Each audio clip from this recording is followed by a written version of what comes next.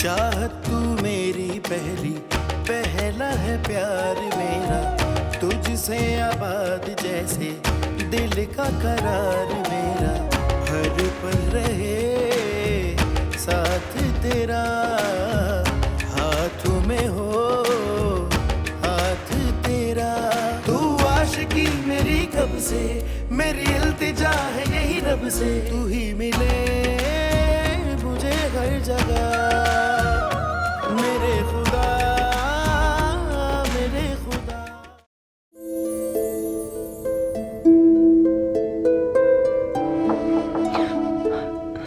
ویدا؟ بله عمو جون.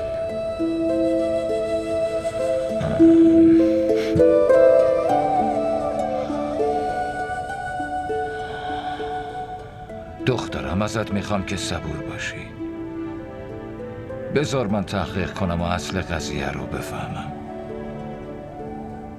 دخترم من نمیخوام حق کسی ضایع و خونش پایمال بشه. عزیزم اگه دانیال گناهکار باشه مطمئن باش من به عنوان پدرت این قولو بهت میدم که هیچ وقت اونو نمیبخشم و حلالش نمیکنم. شک نکن اونو به سزای اعمالش میرسونم. اما دخترم اگه دانیال بیگناه باشه پس تو هم بهتر دلتو باهاش صاف بکنی و اونو لطفاً ببخشی. دخترم خونه به سختی آباد میشه ولی برای ویران شدنش فقط 1 دقیقه لازمه تا خراب بشه. خدا همیشه سالم نگهت داره و هیچ غمی تو زندگیت نبینی. این سعیدو ببین، همه حرفاشو از من پنهون میکنه. شما ببینید زن داداش تنهایی با ویدا داره حرف میزنه. نمیدونم به اون طفل معصوم چی داره میگه. سعید خیلی خوب میدونه چطور دل یکی رو نرم کنه. اما زینب تو گوش بده. به خدا قسم اگه تو دانیالو بخشیدی دیگه بین من و تو هیچ نسبتی باقی نمیمونه. خیلی سخت تونستم خودم رو قانع کنم و غم مرگ پسرم رو فراموش کنم. همینطور به سختی شما رو بخشیدم و اینجا آوردمتون. باعث و بانی این غم شمایید. محض رضای خدا دیگه این کارو با من نکنید. زن داداش از اولم شما نسبت به ما بدبین بودی. اون اتفاقی که افتاد همش امتحانی از طرف خداوند بود و الانم اتفاقایی که میفته امتحانی از طرف خداست.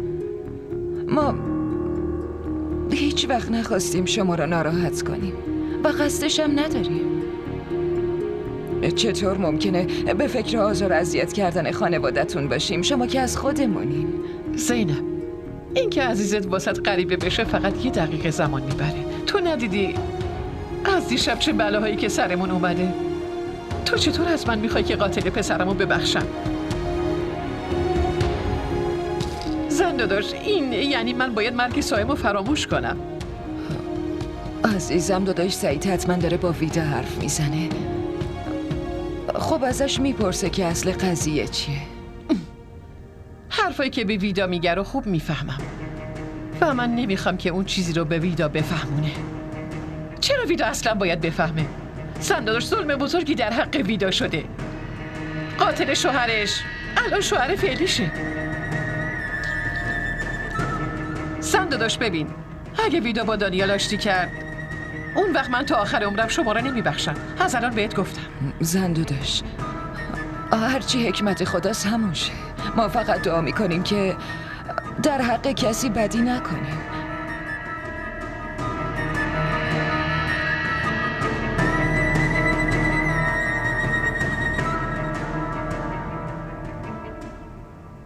دخترم نگران نباش من با اونا حرف میزنم. اصلا یه کار بهتر انجام میدم. میرم آقا عیاز رو میبینم و با دانیال همونجا باهاش صحبت میکنم.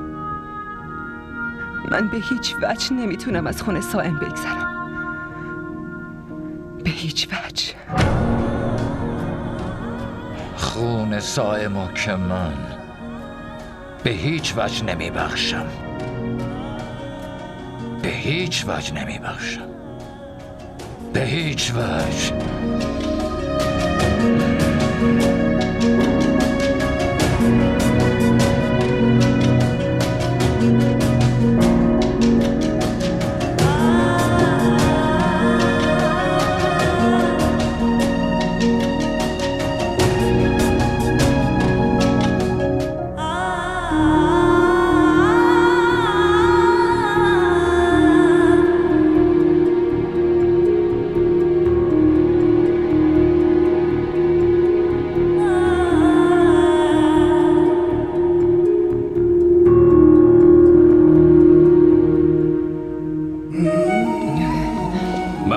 سلام علیکم. و علیکم سلام. چه عجب داداش خواهرم اینقدر ناراحته که نمیشد دست رو دست گذاشت.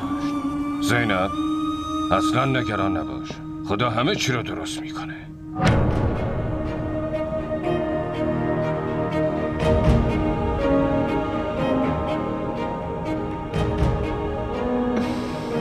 تو اینجا چی کار میکنی؟ تو قاتل پسرمی چطور جرأت کردی اینجا بیای خونمون؟ یک قدم دیگه هم بر ندار. همونجا وایسا. با دیدن صورتت نمیتونی تصور کنی که چه نفرتی تو دلم به وجود اومده. دانیال هرچه سریعتر گوری تو از اینجا گم کن. نسیمه لطفاً خونسرد باش. هنوز که برامون جرم دانیال ثابت نشده. حالا شما با دشمن من، با قاتل پسرم میخواین حرف بزنی؟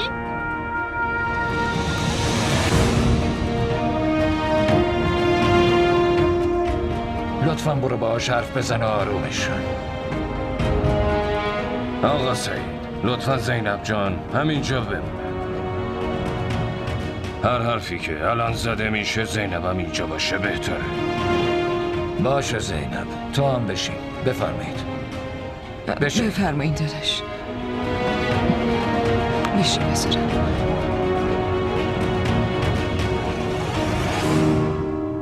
اول اینکه بین خودمون حرف میزنیم، بعد ویدا رو صدا میزنیم و میگیم که اون حرفاشو بگه.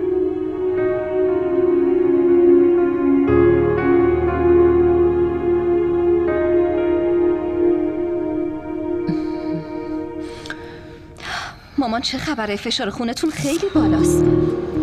لطفاً یه خورده استرستون رو کم کنین.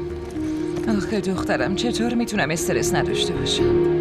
انگار که احساس میکنم دلم داره تو دهنم میاد، میخوام بالا بیارم. من خیلی نگرانم عزیزم. خیلی وقته که اونجا رفتن. نمیدونم اونجا چه اتفاقی داره میفته. مامان داداش که تنهایی اونجا نرفته، باهاش عمو عیاز و خاله نفیسه هم رفتن. شما بیاین داروهاتون رو بخورین. ببین رافع، این مسائل خانوادگی به یه تار مو بنده ممکنه آسیب ببینه. خدایی نکرده نگرانم مشکل دانیال از این بدتر بشه.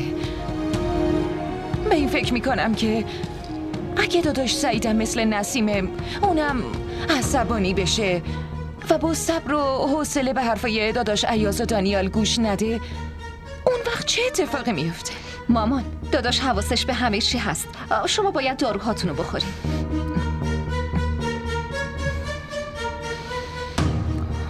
حالا هم استراحت کنین. من به داداش پیام میدم و میپرسم که اونجا اوضاع چطور پیش میره. باشه؟ گفتم دیگه مامان، من الان از داداش میپرسم. مامان فشار خونتون بالاست، لطفاً یه خورده استراحت کنین. من از داداش میپرسم. ببینین دانیال چند روزه که خیلی ناراحته. اگه شما رو اینجوری ببینه بیشتر ناراحت میشه. یعنی میخواین اونو ناراحت کنین؟ نه دختر عزیزم، من به هیچ وجه نمیخوام به ناراحتیاش اضافه کنم، اما برعکس من میخوام همه ناراحتیاش به خوشحالی تبدیل بشه. خدایا حتی خوشحالی منو به پسرم عطا کنه. خدای من بهش لطف کنه. خدایا پسرم خوشحال بشه. خیلی خوب مامان، من میرم گوشیم تو آشپزخونه است. شما هم استراحت کنین باشه؟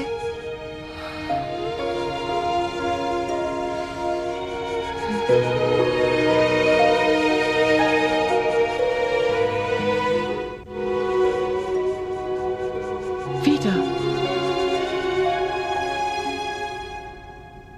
دخترم یادته مگه نه؟ که سایم چطور تو رو بی نهایت میخواست و چقدر اون تو رو دوست داشت. عزیزم، اون با دیدن تو نفس میکشید. خوشحالی اون فقط ویدا بود، فقط ویدا.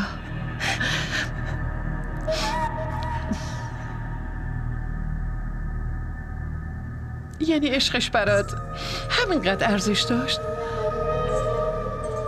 که تو بخوای قاتلش رو ببخشی؟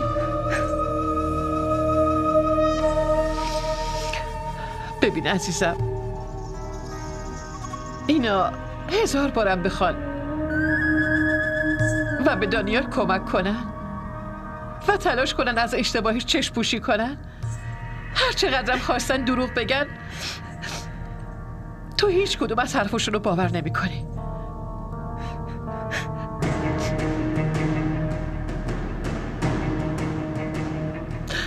تو میخوای کسی به ما کمک کنه؟ به من نگاه کن، ما به هم دیگه کمک میکنیم. دخترم، ما دوتا خودمون دانیالو تا پای چوبه دار میکشونیم و اونو به سزای اعمالش میرسونیم. فهمیدی یا نه؟ بله زنم، من نمیتونم قاتل سائمو ببخشم هیچ وقت. و تو هم مطمئن باش منم هیچ وقت نمیذارم تو قاتل سائمو ببخشی. هیچ وقت نمیذارم ببخشیش. عزیزم، یعنی تو نمیخوای که روح همسر سائم و دل بیقرار من آرامش پیدا کنه؟ یعنی میخوای عشق سائم و فدای عشق دانیال بکنی یا اونو فراموش کنی؟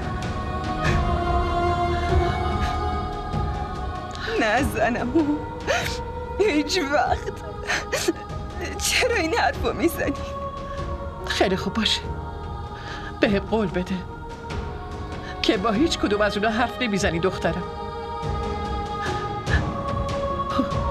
اونا هر چقدر بهت التماس کنن، بهت زنگ بزنن، ازت معذرت خواهی کنن، حتی اگه پیش پاتم بیفتن، تو به حرف هیچ کس اعتماد نمی کنی. این کارو میکنی؟ بله زنمو.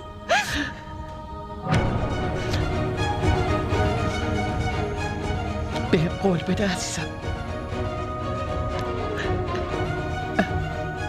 امروز هر تصمیمی گرفته بشه تو کنار من میمونی. چشم زنم.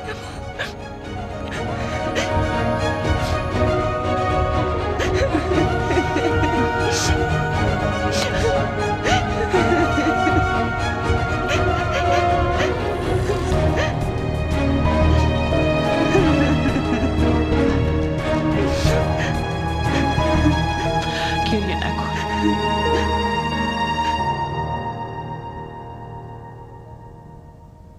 پسرم، تو که دکتر بودی، تو سوگند خوردی به آدما خدمت کنی و جونشون رو نجات بدی.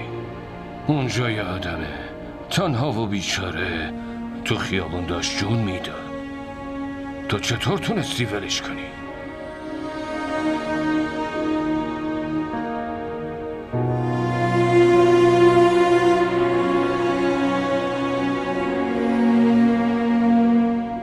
عمو جان،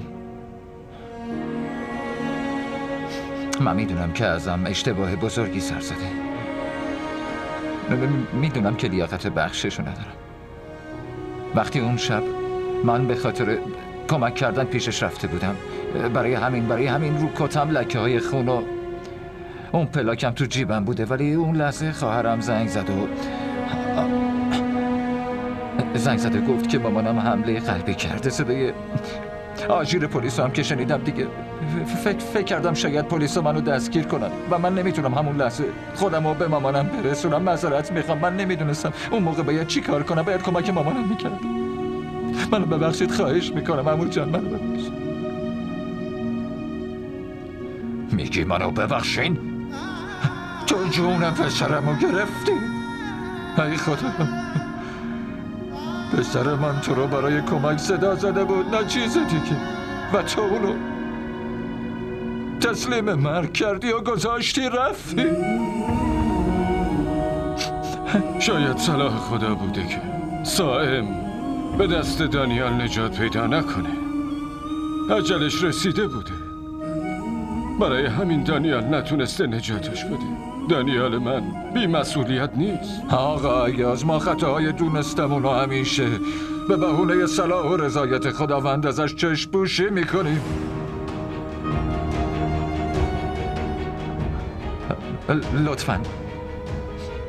لطفاً منو ببخشیدم. خواهش میکنم. نه، من در این مورد الان نمیتونم هیچ تصمیمی بگیرم. من از صبح دارم به این موضوع قدر فکر میکنم که شاید تو اون لحظه دیدی یکی به پسرم حمله کرده و اونو کشته، چشماتو بستی و رفتی. اما تو که اونو میتونستی نجاتش بدی، اما نجاتش ندادی. این موضوع رو من به این راحتی ها نمیتونم فراموش کنم. نه، نمیتونم فراموش کنم. اما لطفاً ببین دانیل، تو الان همه واقعیت و خودت بهم اعتراف کردی. شاید تو قاتل پسرم نباشی، ولی مقصر مرگش هستی. درست میگم یا؟ از اینجا برو، قبل از اینکه وضع از این خرابتر نشده از اینجا برو.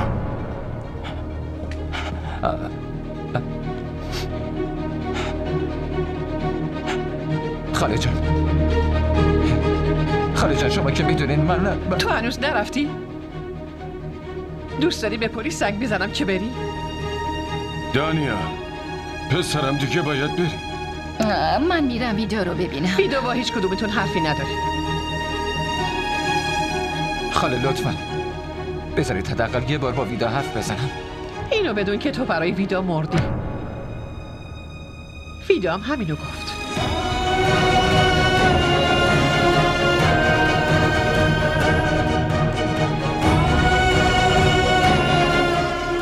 آبجی، شما یه کاری بکنید.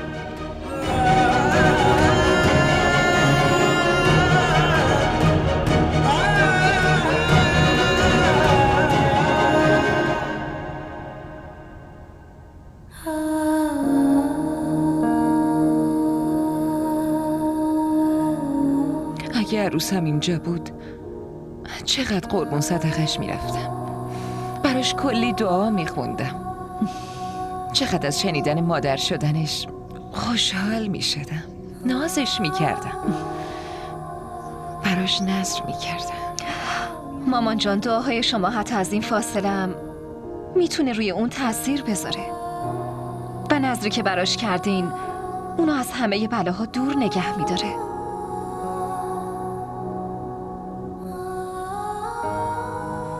اینا رو مامانم به هم داده بود وقتی من مادر شدم. وقتی خبر به دنیا اومدن تو رو شنید اینا رو به هم داد. حالا شما اینو میخواین دست ویدا بندازین؟ آخه این کجاش نگرانی داره؟ خیلی زود زنداداش خونه میاد و خودتون تو دستاش میندازین و بغلش میکنین. تو الان 1 هفته شده، نه از اونجا کسی اومده و نه خبری رسیده و دانیالم خودشو تو اتاق حبس کرده و بیرون نمیاد. صبور باشین مامان. اما عیاز داره تلاش خودشو میکنه. اما سعیدم تا جایی که بتونه اونو راضی نگه میداره. آره، این از لطف و بزرگی داداش عیازه. وگرنه نسیمه اصرار داشت که دانیالو تحویل پلیس بده و اعدامش کنه. مامان شما فقط دعا کنین که آیزا بتونه ویدا رو قانع کنه. دخترم، نمیدونم چرا ویدا انقدر نسبت به دانیال سنگدل شده. اون حاضر نیست به حرف کسی گوش بده. من چند بار به تلفنش زنگ زدم ولی جواب نداد. چون اون تحت تاثیر حرفای خاله نسیم است برای همین جواب نمیده. آره درست میگی.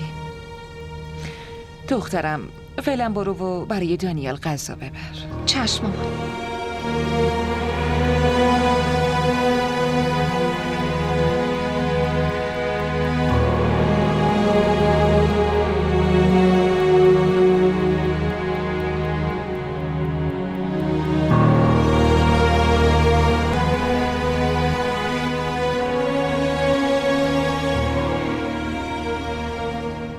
ویدا دخترم، پاشو نمازتو بخون. پاشو عزیزم، آفرین. اونی که تو غمش نمازشو فراموش کنه، شیطانم مهر و محبتشو به نفرت تبدیل میکنه. دانیال قاتل صائم نیست و خدا اون اشتباهشم میبخشه دخترم.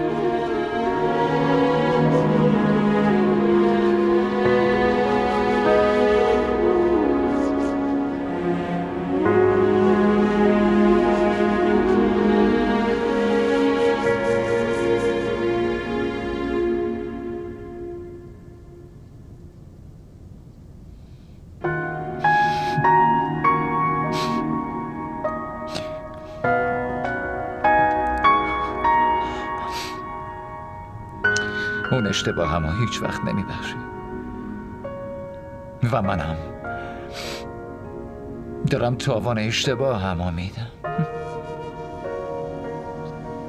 باید تنبیه بشم، باید، چون من بی تقصیرم نیستم. داداش شما اصلا اشتباهی نکردین. نظرت چیه ما خودمون فردا دیدن زن داداش بریم؟ اون با من حرف نمیزنه. من خیلی بهش پیام دادم ولی اون اصلا جواب پیاممو نمیده.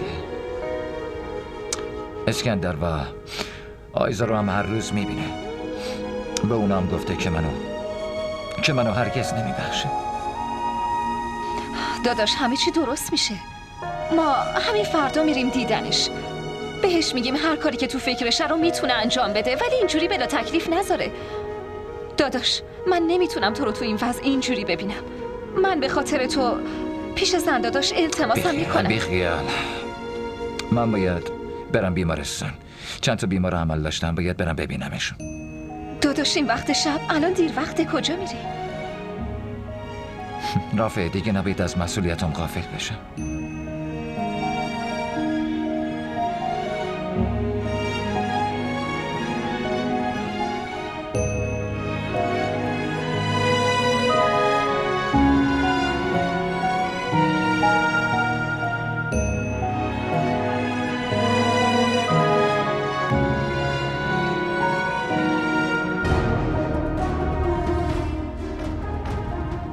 پلاک چطوری از جیبتون پیدا شد؟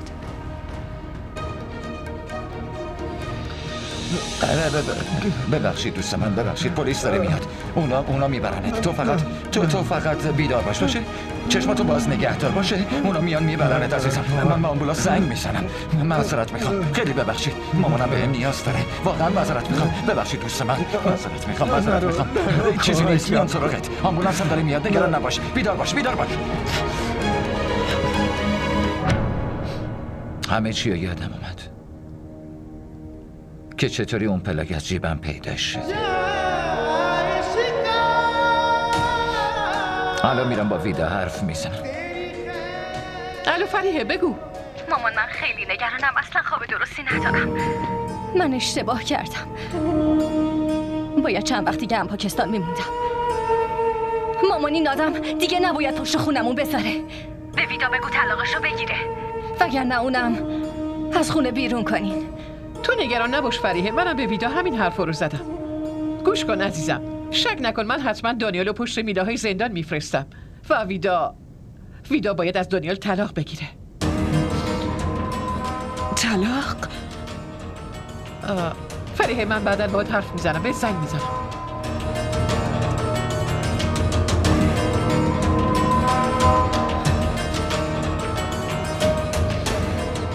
خب گوش کن، ویدا طلاق نمیگیره.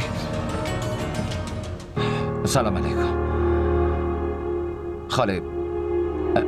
خاله لطفاً به من یه فرصت بدین. من به حرفم گوش کنین. همه چی رو براتون توضیح میدم. لطفاً درکم تو کنین. چرا اومد اینجا؟ ویدا میخوام باهات صحبت کنم. به حرفم گوش بدین. من با تو هیچ حرفی ندارم. وقتی به داداش اسکندر آیزا گفتم که نمیخوام باهات حرف بزنم، چرا اومدی اینجا؟ چرا نگم؟ ویدا، من حق دارم که کنارت باشم. من شوهرتم. دانیال، ازت متنفرم. اونقدر متنفرم که وقتی اسمم کنار اسمت میاد حالم از خودم به هم میخوره. من نمیخوام با تو زندگی کنم. میخوام این رابطه رو تموم کنم.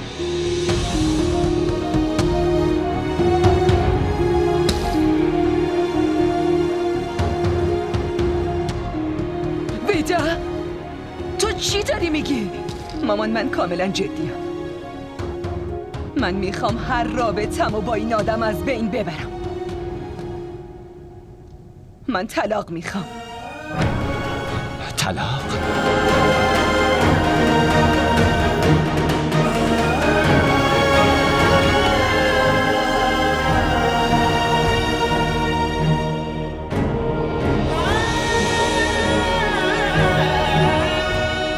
این حرفایی که الان بهمون زدی و جدی گفتی؟ چه اتفاقی افتاده؟ مگه من چی گفتم مامان؟ تو اصلا میدونی خداوند چه نعمت بزرگ و مهمی رو بهت هدیه داده؟ تو داری مادر میشی. دخترم اینجور حرفا رو نباید بزنی. مامان، شما نمیتونین درک کنین. بهم بگین من میتونم با اون آدم زندگی کنم؟ من هر وقت اونو میبینم مرگ صائم جلوی چشممه. دخترم تلاش کن حرفمو بفهمی و درکش کنی. مامان، من اصلا نمیخوام حرفاتونو بشنوم. لطفاً تلاش نکنین چیزی رو بهم بفهمونین. به من چیزی نگین، چون من قرار نیست به حرفتون گوش بدم. دارم بهتون میگم مامان، اگه خیلی بهم فشار بیارین من خودمو میکشم. جدی میگم. ویدا، تو عقلتو از دست دادی؟ چه مرگت شده؟ من هیچ وقت فکرشم نمی کردم که تو به اینقدر عقلتو از دست داده باشی. یعنی این تربیت منه؟ دخترم، یعنی تو از رحمت خداوند ناامید شدی؟ مامان، میگی چی کار کنم؟ دخترم، اینجور حرفا رو به زبونت نیار. یعنی تو اصلا نمیدونی؟ تا وقتی بچت به دنیا نیامده تحت هیچ شرایطی نمیتونی طلاق بگیری. و تا اون زمان به خدا توکل کن دخترم. ممکنه یه راه حل خوب پیدا بشه. روزای خوب گذشت مامان. من میدونم دیگه تو زندگیم هیچ روز خوبی نمیاد. هیچ وقت. دختر عزیزم، لطفاً به بچت فکر کن. تلاش کن خوشحالی اونو حس کنی و به زندگیت امیدوار باشی. یعنی نمیتونی صدای قلبشو بشنوی و اونو تو وجودت حس کنی؟ صدای قلبشو حس کن مادر. بعدش ببین چطور حس مادریت بیدار میشه. دخترم، به خدا اعتماد داشته باش. همه چی درست میشه. مامان، لطفاً. بهت گفتم دیگه کافیه. وگرنه ویدا، من هیچ وقت نمیبخشمت. هیچ وقت نمیبخشمت. خب من دیگه میرم نماز بخونم. ویدا، دارم میبینم که نمازتم داری ترک میکنی. دخترم، نمازتو بخون. آرامش پیدا میکنی. با ذکر خداوند تو راه درست رو پیدا میکنی.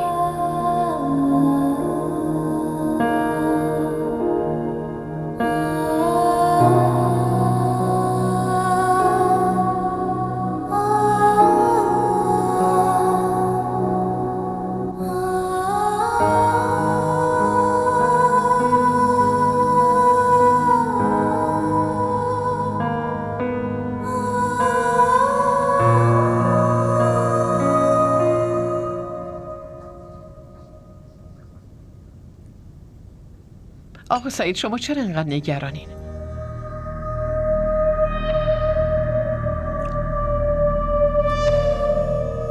هر کاری کردین کاملا درست بود. حتی نباید با ملایمت باش حرف میزدین. کار اشتباهی کردین. وقتی همه ما میدونیم که اون گناهکاره و قاتل پسرمونه، چه ضرورتی داشت باش حرف بزنی؟ تو هیچی نمیدونی نسیمه. باید بعضی کارا رو با درایت انجام داد. اگه از کسی متنفر باشی درایت این وسط چه لزومی داره؟ نسیمه خانم، خودت میدونی اون شوهر ویداست. ولی اون قاتل پسرمونه. به نظر من اون کاملا درست میگه. نسیمه، من تو چشماش صداقتشو درک کردم. اصلا پسر بدی نیست. اون تو مرگ سایمیش تقصیری نداره به جز اینکه اون پسر دم مرگم اونجا ول کرد و با خودخواهی تمام از اونجا فرار کرد. یعنی میخوای بگی وظیفش نبود که به پسرم کمک کنه و اونو به بیمارستان برسونه؟ اگه جای دانیال یکی دیگه می بود فکرشو بکن، شاید اصلا همون یه ذره کمکم به پسرمون نمیکرد. مثل اینکه تو این دنیا رو خوب نمیشناسه. دل من اصلا قبول نمیکنه آقا سعید. اون داره کاملا بهتون دروغ میگه. قاتل پسر من فقط دانیاله. نسیمه گوش کنه، اون گناهکار نیست. اینو بدون که اونم یک انسانه و انسان جایز الخطاست و باید از خطاش گذشت. عجب. شما اینجا تو خونتون دادگاه بپا کردین؟ مردم میان براتون داستان میبافن و شما هم براشون تصمیم میگیرین؟ آره؟ پسر من تو این دنیا نیست.